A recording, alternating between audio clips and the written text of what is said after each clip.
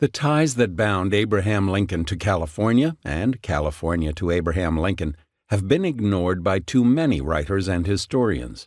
The great Civil War president has been the subject of thousands of books, yet his important relationship with the Western state, both before and during the war, the key part it played in bringing on the conflict, and the vital help it gave him in winning it have been little described and only imperfectly understood. Lincoln never set foot in California. He never spent a day visiting it. He did, however, often speak of his hope that he could one day go there.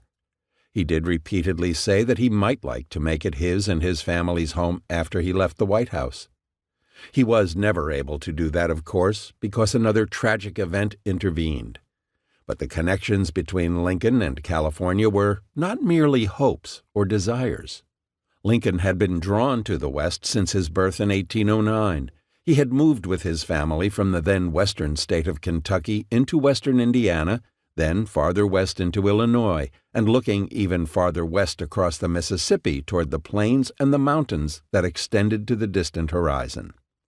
While serving in Congress in the 1840s, he had described himself as a Western Free State man, and ardently championed the construction of railroads that would stretch across the continent as far as California's Pacific coast.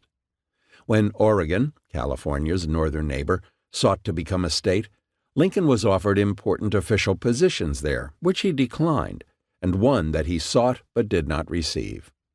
His legendary debates with Senator Stephen Douglas in 1858 had focused on his opposition to the threatened westward spread of slavery into Kansas and Nebraska, and the even further spread of slavery wherever the voters, whites not blacks, and men not women, wanted it to spread.